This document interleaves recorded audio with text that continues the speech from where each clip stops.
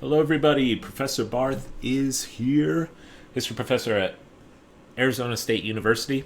Today we are moving east, and we will cover India and China. India in part A, and then for part B and C, currency in China.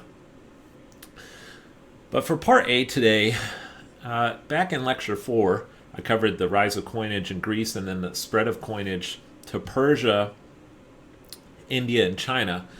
After recording that lecture and after delivering it in person to my in-person class, I regretted having maybe shortchanged India a bit.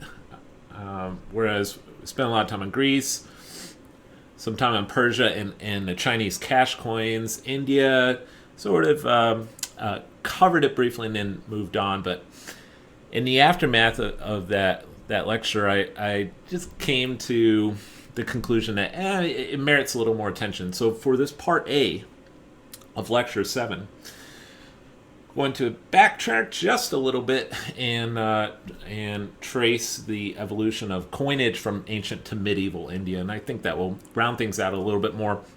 Plus, India plays a major role in the history of global currency in the early modern period, so it's pretty essential that we have a good grasp of, or at least a solid survey of ancient Indian coinage.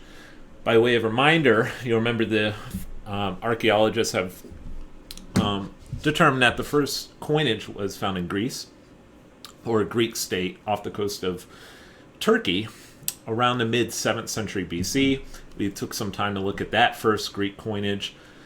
We moved to Persia, and around the same time, shortly after, maybe a few decades, maybe a century, maybe 2 centuries, it's not quite certain, short time after the adoption of coinage in Greece, and maybe around the same time, maybe a little later than the adoption of coinage in Persia, we see the first coins appear in India. Now, in lecture 4, I skipped ahead to the Gupta Empire and skipped over this more ancient period. So we're going to take just a minute or a couple minutes to look at some of the most ancient of Indian coins. And there you see some pictured there. We don't know exactly when coinage began in India, probably around the 5th or 4th century BC. Some historians think it may have dated to the 6th century BC, and some even have hypothesized the 7th. Almost certainly, coinage begins in Greece. But there are some who have challenged that and said, no, it might be India, but we don't have any evidence of that. What we do know is that by the 5th or 4th century, there was definitely coinage in India, probably obtained from knowledge in further west. And at first, it was developed by private merchants, not the state. So this is quite unusual compared to other parts of the world. And as such, it was not nearly as uniform as some of the coins you would see elsewhere. In fact, because it was at first controlled by private merchants, and then actually when the state gets in, they continue this practice. The coins, if you can even call this a coin, more like a bar, were very irregular because merchants took solid silver bars and then cut them to form whatever correct weight of the coin they wanted to create, and then punch marked it with whatever symbols they desired. So that is one unique characteristic of the ancient Indian coinage, is just the irregularity of some of the shapes. Here's another one. This one's from the 4th century BC. State begins to get involved with the rise of the Maurya Empire, and this empire was the largest that the Indian subcontinent, or the largest empire to have ruled the Indian subcontinent up to this point, covered about 2 million square miles, very commercial people, opened up trade with the Greek states far west, and then also some of the Hellenic kingdoms in just on their western border, exported silk, cotton, spices to the west, and opened up even a major highway from the mouth of the Ganges, what today is Calcutta, all the way up through the northwest part of the subcontinent, where Pakistan and Afghanistan are today. Actually, a freeway, a highway to this day, runs along the same route. So very commercial people, and here's some artifacts from this period. The key point of access to the west for the Indians was the Khyber Pass, which formed the present-day boundary between Afghanistan and Pakistan, and it was through the Khyber Pass that trade with Persia, and then as far as Greece and Rome, was opened up.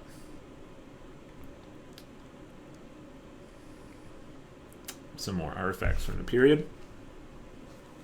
And the coinage. Here you see a lot of square coins. Again, irregularity was the standard of this period. All punch-marked coins.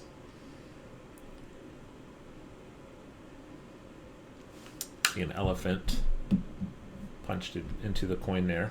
Some other important symbols.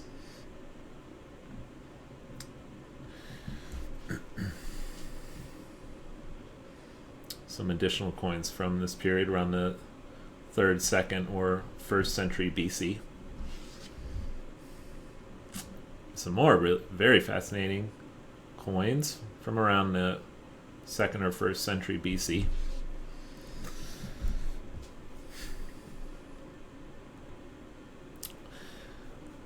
If you study history of India, you find out pretty quickly that political fragmentation has been the norm for much of Indian history. And so through this period, we had the rise and fall of certain kingdoms. For a while, there was a Hellenic kingdom, the Indo-Greek kingdom, that ruled the northwestern part of the subcontinent. And as a result, the coins reflected that.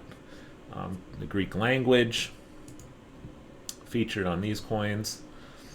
Here you see some other coins from the Indo-Greek kingdom in the 1st century BC. Notice the elephant, but also the Greek script.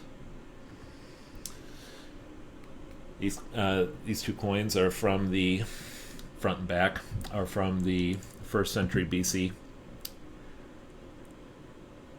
in northern India.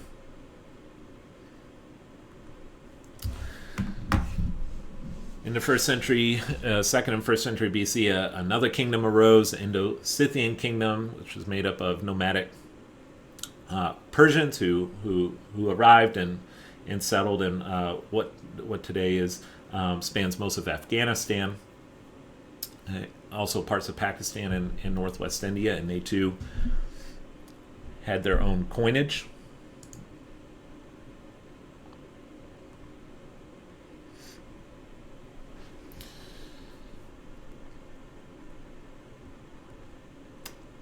Some additional coins from the Indo-Scythian kingdom.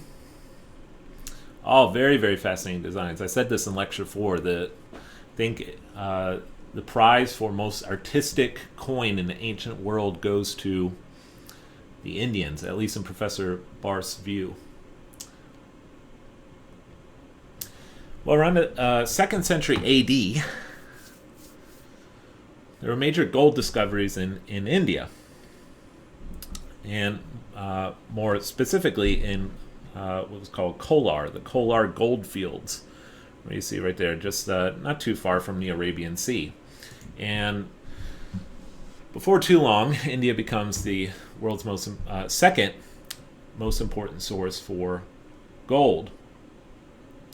One beneficiary of this new influx of gold, even though their territory wasn't on that particular site, they still accessed much of gold from that region, was the Kushan Empire. And the Kushan Empire, again in late antiquity, sort of that time between the ancient period and the medieval period, the Kushan Empire established a dynasty and controlled much of the trade between West and East, between Persia and China, and also the Romans used the Kushan Empire as a sort of intermediary between Roman trade and between the Romans and the Chinese. And as the Han Dynasty really began to construct and to promote the newly built Silk Road, the Kushan Empire was also integral in the success during this period of that Silk Road. On the coinage here, we find one of the Kushan leaders, Kanishka the Great, and during this empire, the Greek language was used for administrative purposes, and so you find the Greek language here on the coins, and the Greek language would have been beneficial on these coins because this empire was dealing with many Greek-speaking merchants further west of India. Here's another coin of Kanishka the Great. And like I said before, they in the following empire, the Gupta Empire, accessed much of their gold from the southern part of the subcontinent, so that India became the world's second largest gold producer around the time, by the time of the early medieval period. So now we're in. That takes us to the medieval period. We've looked at the Gupta coinage. I talked a bit about the Gupta era, how it was Indian historians view it as a golden age in Indian history, in which Hindu culture was at a peak, architecturally, advancements in mathematics, astronomy, all sorts of the arts and culture. This is where their empires spanned, and you see building from that period. Some more Gupta architecture. But the Gupta are perhaps just as well known for their coinage. And these coins, again, we've already seen, but I'll show them again. Here's some more artifacts from the Gupta period.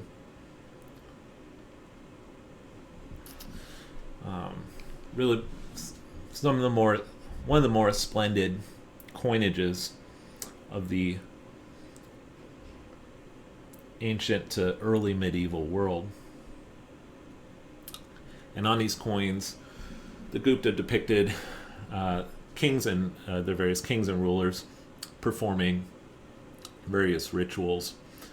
Gold dominated, however, there were also silver coins as well.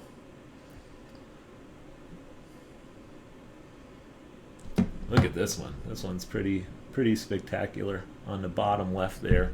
All of these are quite spectacular.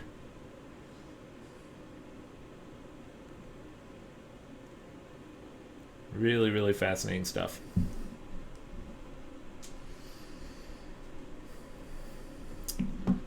Gupta Empire collapses in the 6th century, but coinage continues onward, and so into the medieval period. In India, among these different politically fragmented groups, coins are still emitted, silver, some silver, some gold, and we will leave things there. Some more post-Gupta Indian coins.